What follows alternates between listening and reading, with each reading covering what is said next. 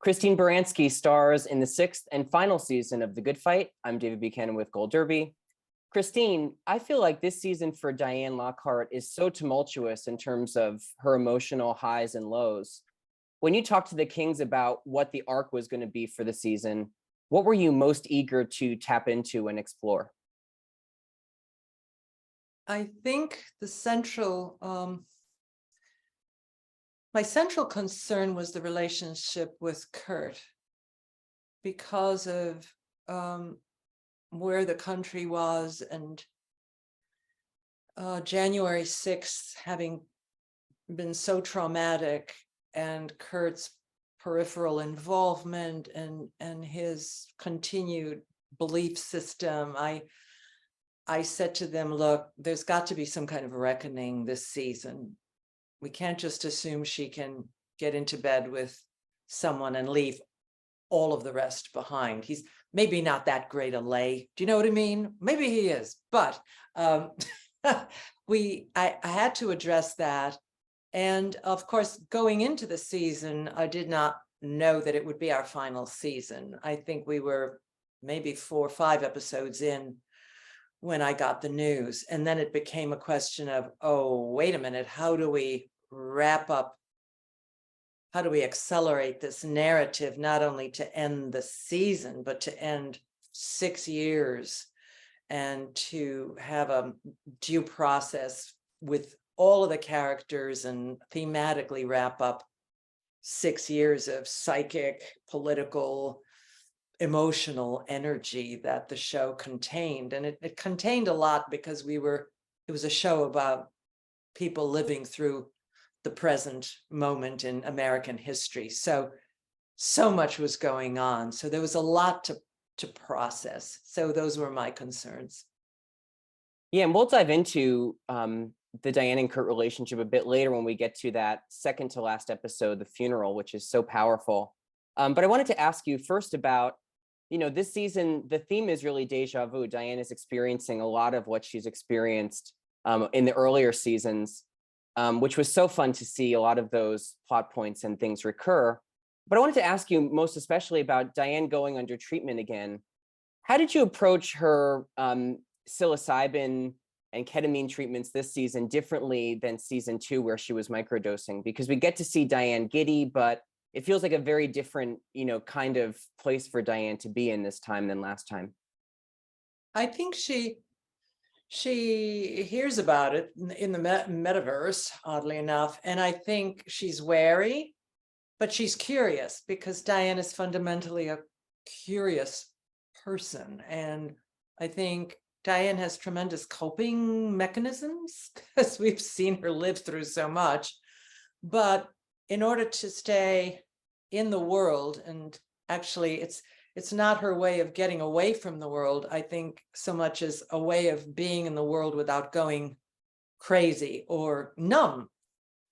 So the first time she did psilocybin, it was a way of just maybe in the way that your first martini can just bring your shoulders down and you feel like, okay, I'm relaxing now. It was just meant to be a release, not a total escape.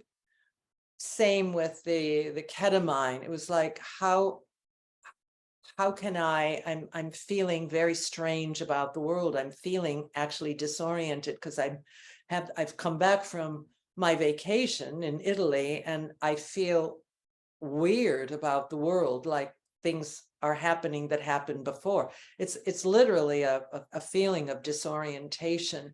So she approaches it cautiously, but I think what really leads her into it, as so often happens, is the person with whom she seeks this treatment is a captivating person. And I don't think there was an immediate like, wow, he's hot kind of thing, but his manner, his welcoming way, she was just going to try it. She was just going to try it. And it turns out when she tried it, it was a really liberating experience. And there's this empathetic, rather handsome male face looking down at her, unplugging her and asking her how it went. And suddenly colors are brighter and he's awfully sympathetic and wonderful, and she's feeling a whole lot better. And then she goes down that path where not only does she really like the treatment, but she really likes who's administering the treatment. He has a kind of quality, intellectual quality, spiritual quality, a lot of the things that she doesn't get from Kurt. He's communicative. He can reference, Wagner or Goethe or Dante. Kurt never goes there. So she's drawn into a relationship. And I also think that is transgressive. We've never seen Diane do that in the 13 years. Well, we've seen a few times she's had flirtations, and a one-night stand, but nothing that ever rocked the Kurt relationship. So that was really interesting terrain. But as I say, I think what's kind of wonderful about that final season is, although the season itself is the most dramatic because there's literally explosions and riots happening outside and fake bombs in the elevator and all of these traumatic things are happening, and you feel like the world is really going to hell. Diane, as lead character, gets lighter in tonality. She's, there she is in this bright red coat, holding yellow sunflowers and walking down the street, sort of in a different state, like she's back, like being a flower child again. And there's a lot that's funny about it. And, she suddenly is laughing or having hallucinations. And I loved going there because I feel comedy is such a natural element for me. So for my character to lighten up in that way was just a fun place to go, even though the undercurrent of it all was that the world was really shifting from under us in a really traumatic way for the firm. Speaking of how fun Diane can be, I know the Kings tried to do a musical episode this season, which fans have always asked about, and we didn't get it, but we did get Diane in that red dress with her sunflower singing Sondheim, Something's Coming. I wanted to ask you, it's such a beautiful moment and they made it a bit ominous, but how meaningful was that for you, being a personal friend of Steve's? I know this was after his passing. What did that mean to you to get to sing Something's Coming on the series? Anytime I get a chance to sing Stephen Sondheim, I would take that chance. I think they wrote that. I don't think that was my idea. I think my idea was to sing La Vie en Rose when I was scrolling and looking at the French properties. But yeah, now every time I sing anything of Sondheim or even hum it, I realize what a impact he had on my life, just knowing him, working for him, and just being able to sing a little bit and have him part of the legacy of the good fight is a beautiful thing. And it's Something's Coming. It was a very apt song to sing. I'm glad they got the rights, because she does feel, that there's these tremors that are happening. She can feel the water glass shaking, and it's explosions happening in the distance, and things are exploding. And by the end of the final episode, all of those objects that we've seen all those years, they are literally imploding. So the whole final season is about that impending sense of doom, and that things are really going to explode. And I do think, to the show's credit, I'm sitting in a hotel room here in Lower Manhattan, and yesterday the sky was orange and it was apocalyptic, and I couldn't help thinking, the Kings kind of wrote about a world where people were afraid to go outside because it was so hazy. And we actually talk about that and the oncoming sense of doom, and they really addressed that through 6 seasons, but certainly by the final couple of seasons it became more and more ominous. So once again, I just admire the fact that they took a deep dive, and unlike any other show. reflected our inner anxieties through my character and the other characters. One of the bright spots in this season, despite all the ominous, goings on in the streets, is Diane's relationship with Liz, which has really rebounded after a very difficult patch in season 5. I just wanted to ask you about working with Audra on finding over 5 seasons, so many different facets of their relationship, because when you see how they are in season 2, when she joins the series, to season 6, the trajectory for the two of them is just beautiful. So just talk about, navigating that over the span of time. I think Audra and I, first of all, we're buds, we're girlfriends. We treasured our time working as actors together. I mean, really, how lucky was I to have Audra McDonald as my acting partner? We were protective of that relationship, even when it was at its, or perhaps because it came very near to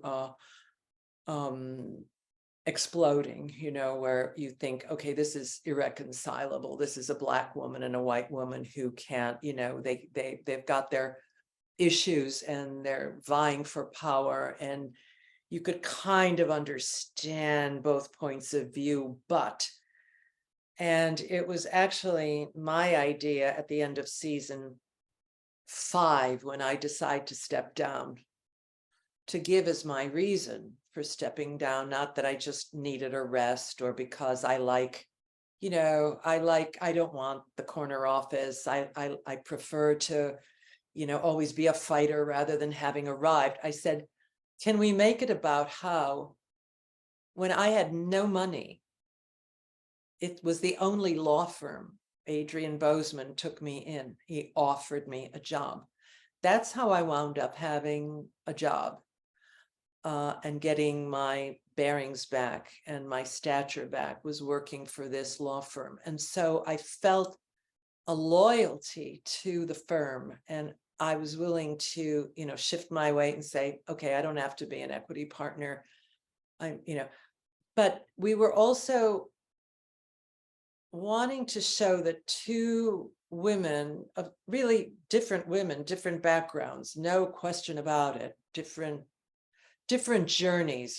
Diane had to work her way up, okay, as a white feminist working her way, trying to break the glass ceiling. But you could argue that Liz's journey was ever so much harder, being a Black woman working her way up into positions of power. But that the 2 women respected each other's journey and basically have a fundamental, I'm being redundant, who have a fundamental respect for each other's struggle, and they like each other. They can, it's one of the most wonderful things about the show is Diane was always at the end of the day having a drink with Will Gardner, with Adrian, and then her drinking bud became Liz Reddick. At the end of the day, they'd kick off their shoes, pour a few drinks, have a few laughs, even start, singing some song. And Diane was sharing the fact that who was it she told about her flirtation and her, kissing this guy? She told Liz. And, there's just something that transcends all of these identities that we create, these constructs.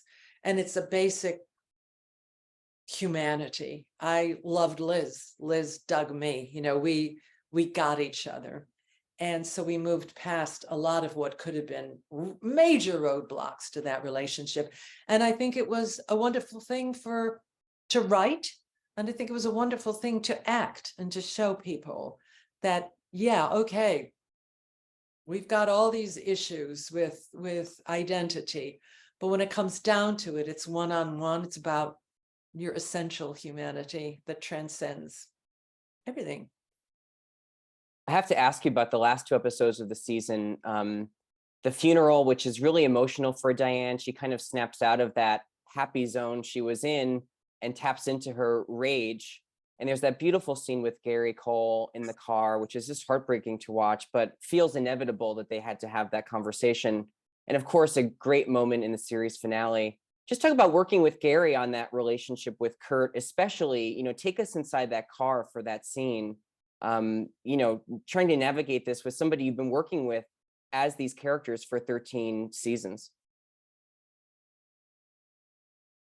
It was, I love Gary so much, and he was the perfect acting partner. He was the perfect man for that role.